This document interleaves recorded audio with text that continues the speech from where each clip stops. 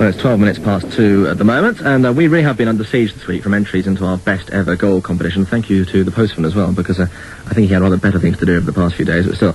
Anyway, the prize was 6 BBC videos of 100 great goals, and I'll tell you in just a second who won them. We had endless people suggesting what is now almost a legendary goal by Graham French for Luton back in the 60s, of which more in a second. But the last one goes to Graham Fields from Jersey, who began this whole competition anyway, by writing about this goal by Graham French for Luton against Mansfield in 1968.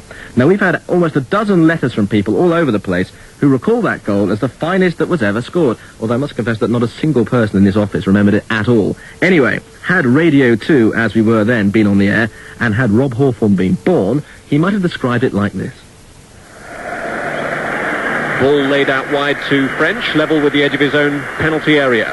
Swivel turns and moves forward in that familiar loping style of his. He's up towards the halfway line. He can see 3 defenders ahead of him.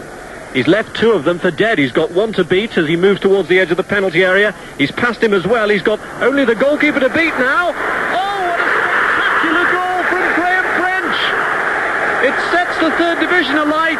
It sends the temperature soaring on an already warm night. What a goal!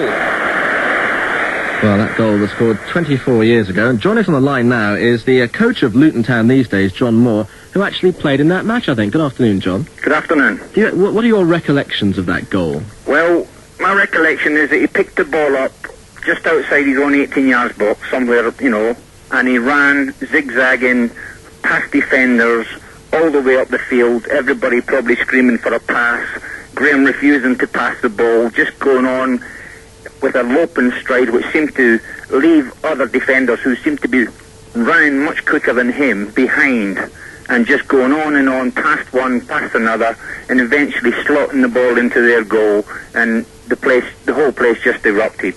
You've got a special recollection of that game as well, because weren't you being brave and carrying on in spite of a bad injury? Well, one of the reasons I remember the game was that I believe Bruce Rear got sent off in the game very early, and we were down to 10 men, and the physio come on. I got an injury, and the physio come on and said, "You'll have to come off." And I said, "I'm sorry, I'm not coming off."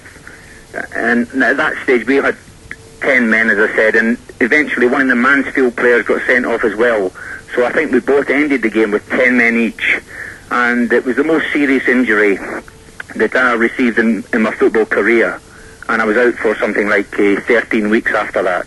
Was this goal one of the best that you recall ever seeing, or certainly being involved in a match which it was actually scored in? I think if this goal was recorded on film or video, it would be rerun and rerun, and people would watch it and regard it as a classic. What has happened to Graham French? Because we have been trying to locate him, and nobody seems to know. Well, unfortunately, the last I heard of Graham, he was somewhere in the Midlands, and his circumstances weren't too good.